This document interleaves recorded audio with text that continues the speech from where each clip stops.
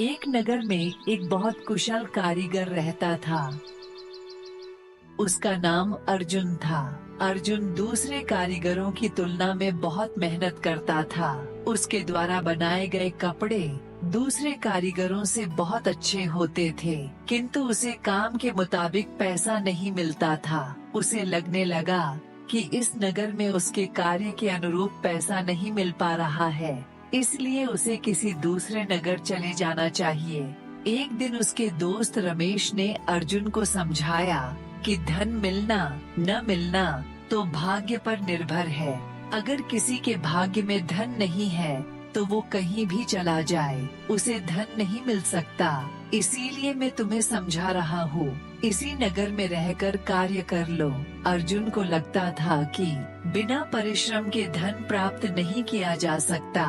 भाग्य की बातें तो वे लोग करते हैं जो मेहनत नहीं करना चाहते। भाग्य भी उसी का साथ देता है जो परिश्रम करता है।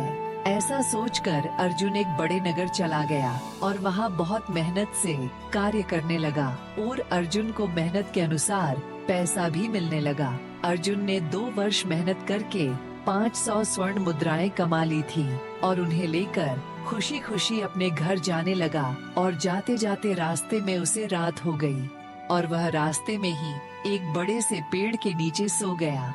सपने में अर्जुन ने 2 पुरुषों को देखा। उनमें से एक व्यक्ति दूसरे से कहता है, अर्जुन के भाग्य में अधिक धन नहीं है, फिर तुमने उसे 500 स्वर्ण मुद्राएं क्यों दे दी? दूसरा बोला, जो व्यक्ति मेहनत करता है उसे उसके परिश्रम का फल मिलना चाहिए, इसीलिए मैंने उसकी मेहनत के अनुरूप पैसा दिया है। उसके भाग्य का अंतिम निर्णय तो तुम्हारे ही हाथ में है।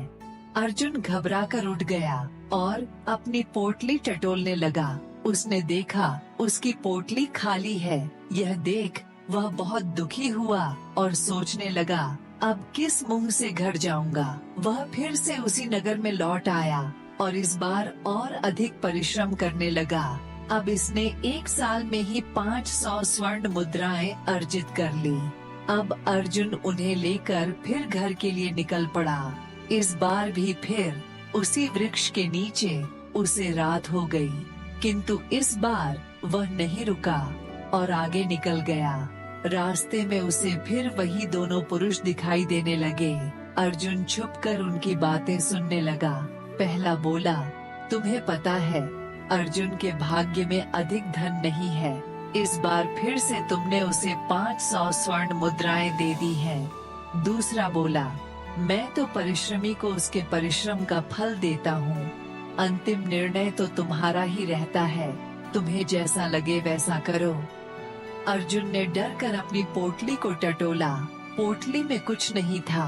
अर्जुन को बहुत दुख हुआ। उसे लगा उसका जीवन व्यर्थ है, इस तरह मेहनत करने से कोई फायदा नहीं है, और वह आत्महत्या करने के लिए ऊंची पहाड़ी से कूदने लगता है। तभी वहाँ एक दिव्य पुरुष प्रकट हुआ और अर्जुन से बोला, ठहरो अर्जुन, तुम्हारे भाग्य में धन नहीं है, इसीलिए तुम्हारे धन को मैं चुरा लेता था।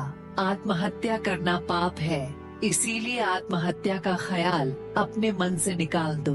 अर्जुन बोला, हे दिव्य पुरुष, अब मैं किस मुंह से अपने घर जाऊं? मुझे इस तरह खाली हाथ आया देखकर मेरे परिवार वाले क्या कहेंगे और क्या करेंगे? दिव्य पुरुष ने अर्जुन से कोई एक वरदान मांगने के लिए कहा। अर्जुन बोला, मुझे वरदान में बहुत अधिक धन चाहिए। दिव्य पुरुष ने कहा, अर्जुन, तुम्हारे भाग्य में धन का भोग नहीं है, भोग रहित धन का क्या उपयोग? ऐसे धन का क्या करोगे तुम जिसे उपयोग ही ना कर सको? अर्जुन को तो धन ही चाहिए था। वह बोला, हे दिव्य पुरुष, इस संसार में जिसके पास धन है उसे सभी पूछते हैं, और जिसके पास धन नहीं उसके पास ज्ञान और कला होने पर भी कोई नहीं पूछता। धनवान व्यक्ति अयोग्य होने पर भी संसार में यश और मान सम्मान पाता है, इसीलिए मुझे तो बहुत सारा धन चाहिए। दिव्य पुरुष ने कहा, तुम नगर वापस लौट जाओ, वहाँ तुम्हें गुप्त धन और उपयुक्त धन नाम के 2 व्यक्ति मिलेंगे। गुप्त धन के पास भोग रहित धन है और उपयुक्त धन के पास उपयोग में आने वाला धन है। तुम कुछ समय इन दोनों के साथ रहो, फिर मुझे बतलाना तुम्हें किसके जैसा धन चाहिए। अर्जुन वापस नगर आ गया और गुप्त धन का पता करते करते उसके घर पहुंच गया। गुप्त धन ने अर्जुन को घर से भगाने का प्रयास किया, किंतु वह तिरस्कृत होने के बाद भी गुप्त धन के घर में रुक गया। गुप्त धन ने रात्रि में थोड़ा बहुत खाना उसे भी दे दिया, जिसे खाकर वह सो गया। सुबह अर्जुन ने देखा कि गुप्त धन बीमार हो गया और बीमारी के कारण उसने एक दिन खाना नहीं खाया। अर्जुन वहां से निकलकर उपयुक्त धन के घर का पता पूछता हुआ उसके घर पहुंच गया। घर में मेहमान आया देखकर उपयुक्त धन ने उसका स्वागत किया और रात को अच्छे अच्छे पकवान खिलाए और सोने के लिए अच्छा बिस्तर दिया। सुबह अर्जुन को पता लगा कि उपयुक्त धन ने साहूकार से कुछ ऋण लिया था। उसी ऋण के पैसे से वह लोगों का भला करता है। जिस समय अर्जुन दुखी होकर वापस जा रहा था, तभी राजा के दूत आए और उपयुक्त धन को उसके अच्छे कार्यों और समाज सेवा के लिए इनाम में 1000 स्वर्ण मुद्रा दे गए, जिससे उसने साहूकार का कर्ज उतार दिया।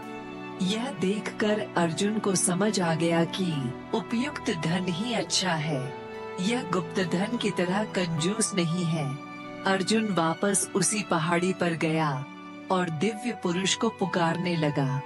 तभी दिव्य पुरुष अर्जुन के सामने प्रकट हुए। अर्जुन ने दिव्य पुरुष से उपयुक्त धन जैसा बनने का वर मांग लिया।